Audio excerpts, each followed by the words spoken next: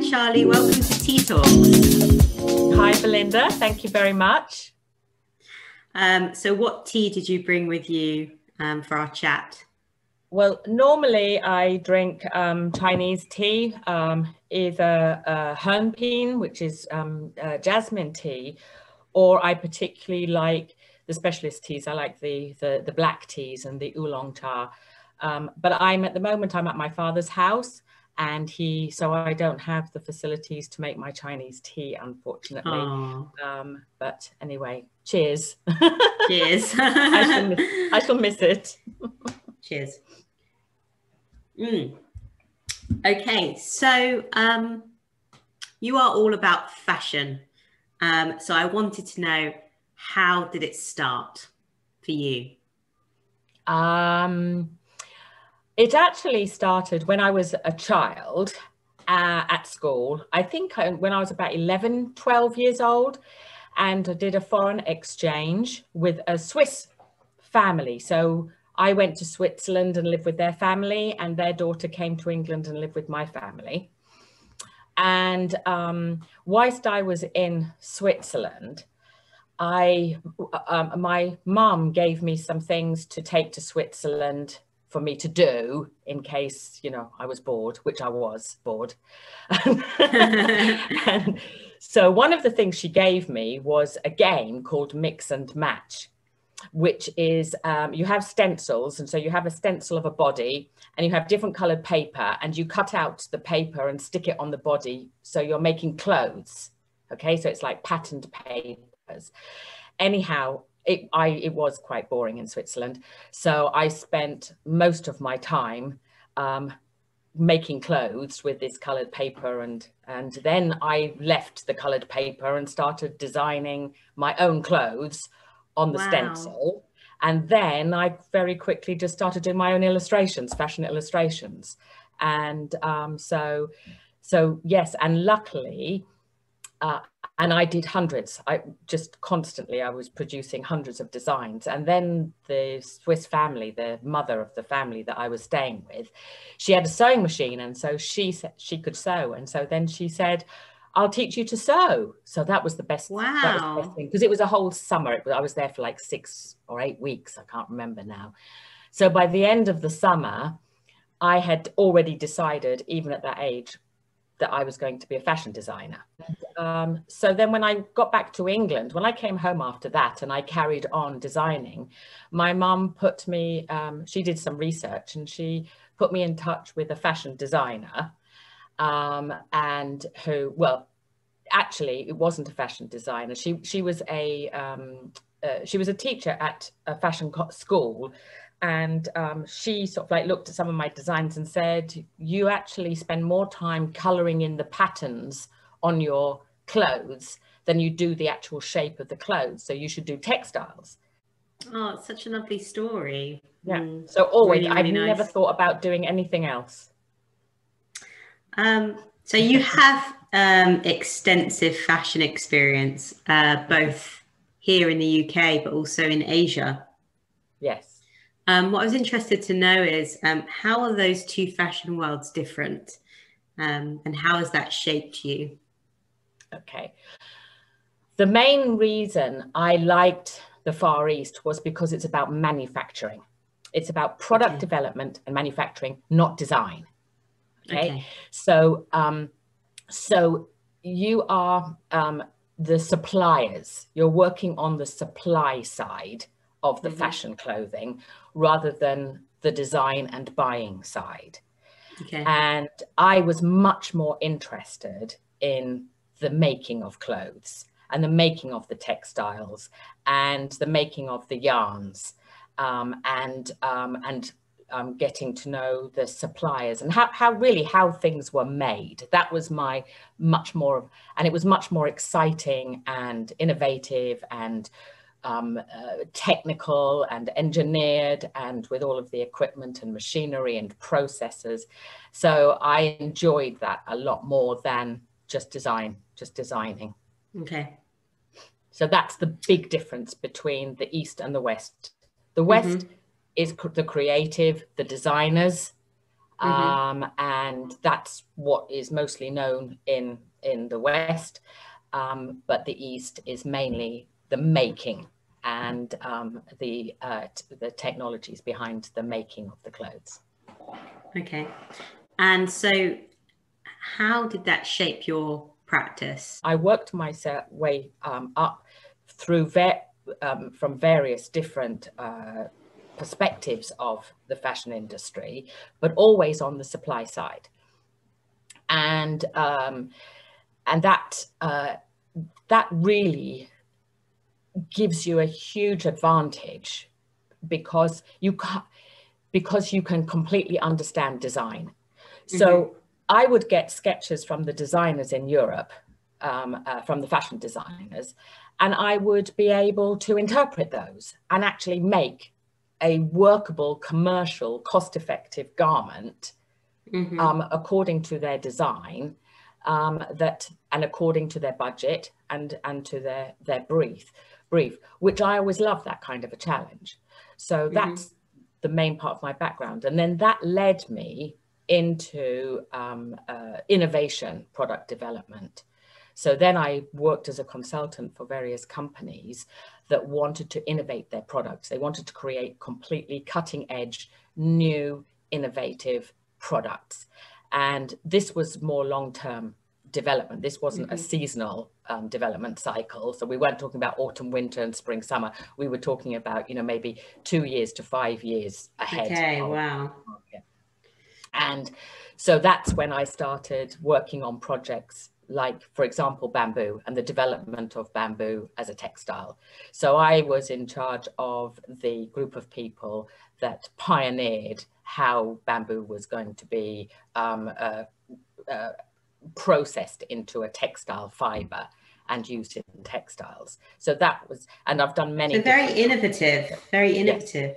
Yes, exactly. And also a great understanding of the whole entire process. Absolutely, which I would never, if I'd have just stuck with being a textile designer or a fashion designer, I would not have been able to do that. So that has really informed, and also as part of when you are developing completely new technology or new textiles, you then have to work with the marketing team on how they are going to communicate these new things and what they do and why the customers should buy it, and also about the price as well. And so I started working a lot more closely with marketing and the marketing departments, and got a very good understanding of marketing. And really, product development and marketing go hand in hand together. Because if you create something new, you have to tell everybody about it. You have to tell the story about it, which is really important. Those are my two specialist fields, is manufacturing and supply chain, product development, and then marketing. I've read that you started your own fashion label. Can you tell us about that journey? I decided to start my own clothing brands. And at that time, this was in the late 90s, around the millennium, so around the year 2000. And what made you want to start your own brand? Because of course I thought that I could do something better than anybody else, and something that was different in the marketplace. So I focused on active leisure wear, and which was technical fabrics, but with a fashion twist. So, which is actually very popular today. Exactly. I was too early, Belinda. You were very early, because now it's just gone crazy. Absolutely. Absolutely. So at that time, it was very difficult, because when I produced my designs, I produced my samples and my ranges, I did all of my marketing plans and business plans and everything, and then went round to department stores, because I wanted to sell in places like Harrods and Selfridges, because it was a luxury. So you aimed high. Yes, I aimed high, yes. But the problem was that when I met the buyers from like Selfridges or Harrods, they hadn't got anything like that, and they didn't know where to put it on the shop floor and where it would sit, because it wasn't sports, and it wasn't fashion. And so the only thing that they had similar was Polo by Ralph Lauren. That was the only brand at that time that was a little bit similar. So so they wanted to put it, so I had suggested to put it next door to Polo Ralph Lauren, but then they didn't want to do that because I was an unknown brand name, you know, whereas Ralph Lauren and Polo was very well known. So they didn't want to take that risk. So then I decided, right, I'm just going to open my own shops. So I did it myself. So I opened my first store in Parsons Green in Fulham in London. And at that time in the late 80s, that was where all of the emerging active leisure wear brands started. So Fat Face started there, and White Stuff. And so we all were together on Fulham Road in Parsons Green. And we all kind of expanded together to Salcombe and Cowes and the different sort of like places where people went sailing and did all of these outdoor kind of luxury sports as well. But after a couple of years, I just found I was bored, I'm afraid. It lost its challenge. You're just a retailer. And I just lost the creativity. You know, it was all about selling and running a retail, running retail stores. So anyhow, I sold my brands and my business to the other guys that also started one of the other brands. And that's when I moved over to Belgium and started working for Levi's. Okay. Interesting. So that was yes. It wasn't too long. And that's not a bad move at all to go and work for Levi's. So what did you do for Levi's, Charles? Yes. So I was brought into Levi's as a consultant to set up their ready to wear process. Levi's has always done its own manufacturing and has so is considered a semi-vertical company, and they are all from the whole process from design and making, they have done in-house. But they needed, because that's incredibly expensive to do that. And that's fine for the jeans and the denim, but in terms of tops for t-shirts, sweatshirts and knitwear, they can't open factories that can do every possible type of garment. It just was not feasible. So they brought me in because they really wanted to develop the tops business. So their t-shirts, sweatshirts and knitwear business and product line, but they had to do that in what's called a ready-to-wear process. And they didn't have people that were skilled in ready-to-wear. So I was. So I came in initially to start off the ready-to-wear process and set that up. So that was all fine. That was all successful. And then because I had done innovative textiles before, they then asked me to set up an advanced innovation team. And so so I did that. And to begin with, there was 3 of us. It expanded over the years. But yes, we were looking at advanced innovation. So our first project was the ICD Plus jacket, which was a jacket with integrated electronic eyewear in it. And this was in 2004. So this was really, and we worked with Philips Electronics. And that jacket, the ICD Plus jacket now is kind of like an icon jacket because it's a vintage piece or a museum piece rather, because there were very limited numbers that were made. But it was the first. Did you get a copy? Did you have one? Yes, I do. I do. So amazing. Yes. And then what an amazing thing to be part of. Oh, absolutely. It was. But it's a shame that, you know, that was more than 10 years ago, 15 years ago. And wearable electronics in clothing has not really developed very much since then. And I think that's really I always remember the store in London, Cyberdog. Yes. That store. Yes, As a child, we used to go there, well, not as a child, as a teenager. You know, I just loved that store was fantastic. The only problem was I found personally is that I remember buying some crazy trousers. Yes. And I never wore them. I never wore them because it was just, it looked amazing in, you know, in the neon lights and everything was lit up. Yes. For a club, it was amazing. But out and everyday wear, you looked, it just didn't go with anything. It didn't go. Exactly. What was I going to wear the trousers with? I found it very difficult to wear them. But and it was amazing to see. Comfortable wearing, because our jackets were all wired up, so you could charge up your phone, you could charge up your MP3-4 player. You could, there was health detectors, so built into the clothing that could read your blood pressure, your heart rate. Well, I guess that's where straight away I just thought of the Apple Watch. I mean, all of these things, that is wearable technology that's really taken off. Not just the Apple Watch, but obviously a lot of, in terms of watches, Fitbits, absolutely. Yes, but in terms of clothing and wearable technology and clothing, it hasn't really developed an awful lot. And then my next project was Levi's engineered jeans, LEJ. Do you remember those with the twisted seam?